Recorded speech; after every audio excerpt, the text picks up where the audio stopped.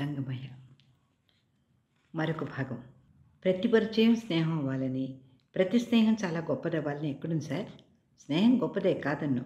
ఇందుకు అని తెలియని స్నేహం మటుకు చాలా ప్రమాదకరమైంది అన్నాడు విరించి. రాఘవ విరించి రామకృష్ణ లంచ్ హోమ్లో కాఫీ తాగుతున్నారు. చాలా పురాతనమైన ఆ హోటల్కి చాలా గొప్ప చరిత్ర ఉంది.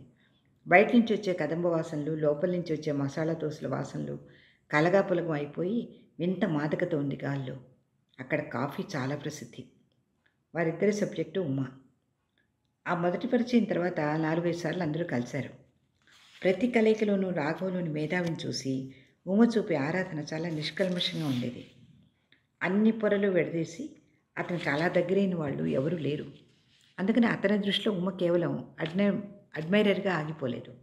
గొప్ప రచయిత, ఒక గొప్ప పత్రికకి ఎడిటర్ అయిన రాఘవ లోపల ఒక మగవాడు జీవితం పట్ల ఉదాసీన భావంతో ఉన్న వ్యక్తి ఉన్నాడు.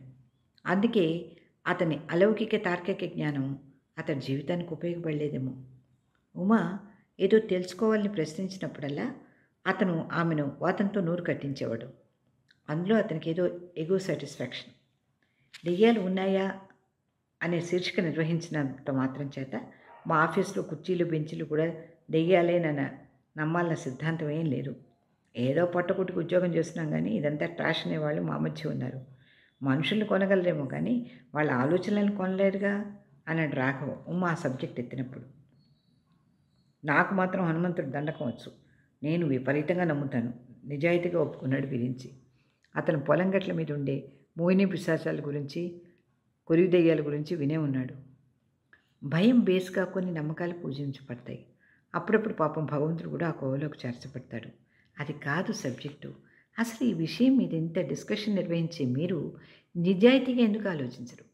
మీరు నమ్మలేని విషయాలు ఆలోచించడానికే వ్యతిరేకించే విషయాలు ఎదుటి వాళ్ళ నెత్తి మీద రుద్దుదామని ఎందుకు ప్రయత్నం?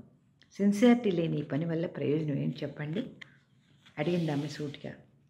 ఆమె అడుగుతున్న ప్రశ్నకు జవాబు చెప్పదలుచుకోలేదు రాఘవ.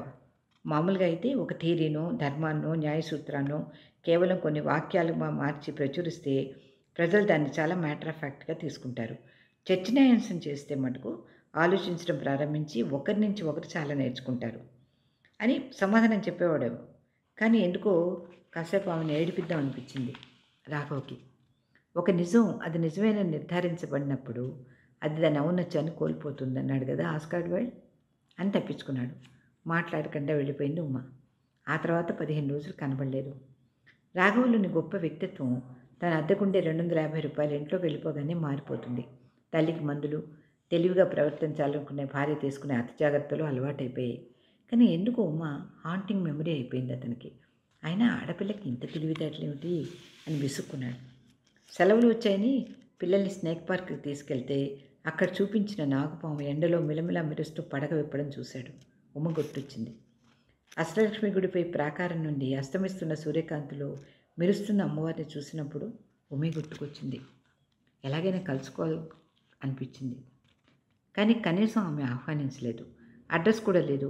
దానికోసం ప్రయత్నిస్తే దొరకకపోదేమో కానీ అభిమానం అడ్డం వచ్చింది.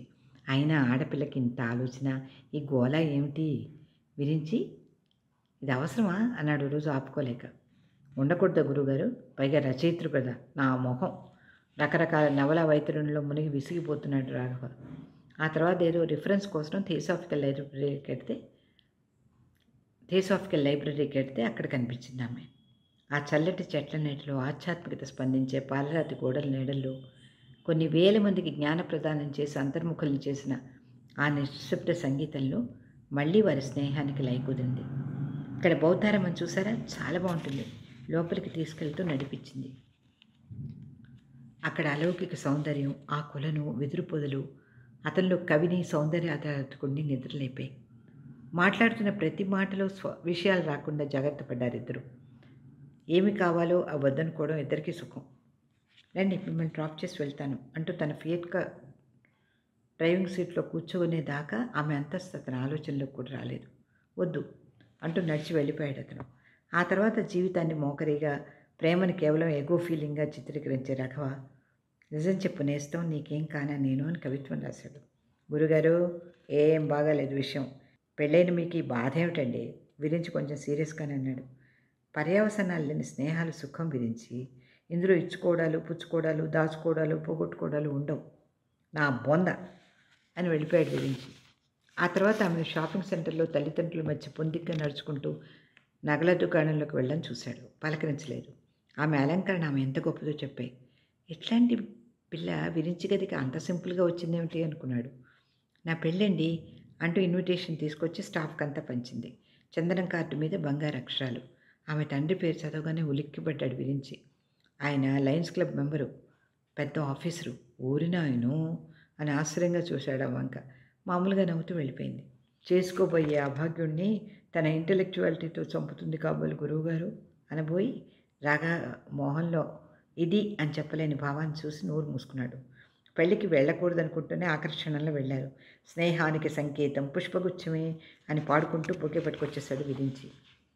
ఏం కొనాలో అని వెతికాడు రాఘవ. ఆయన వాళ్ళ పెళ్ళికి మనం ఏమిటిసారి ఇవ్వడం, ఏమి ఇవ్వగలం ఆయన? ఓ ఊదివతో స్టాండ్ కొని ఓ ₹2 ఇచ్చి పెద్ద ప్యాకేజ్ చేసి తీసుకెళ్ళడమే అని ఉచిత సలహా ఇచ్చాడు విరించి. మాట్లాడలేదు రాఘవ.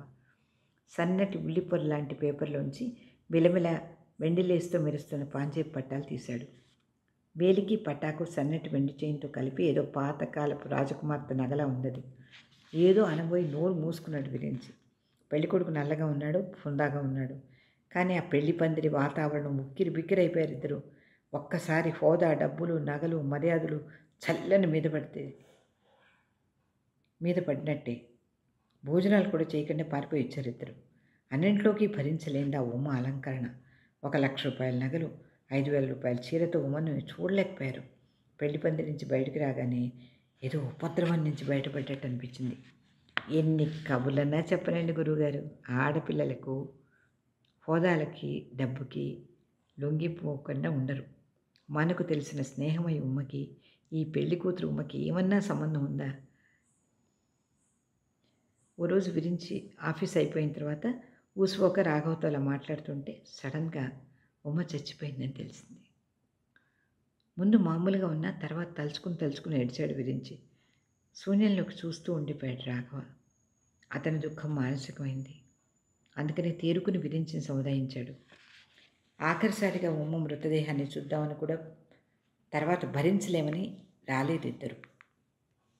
ఆ తర్వాత రిజిస్టర్ పోస్టులు ఈ ఉత్తరం అందింది విరించికి. 1 వారం ఆలోచించిన తర్వాత రాఘవకు చెప్పాడు. చెప్పకూడదనుకుంటేనే చెప్పాడు. ఆ ఉత్తరం విశ్వజనీయమైంది.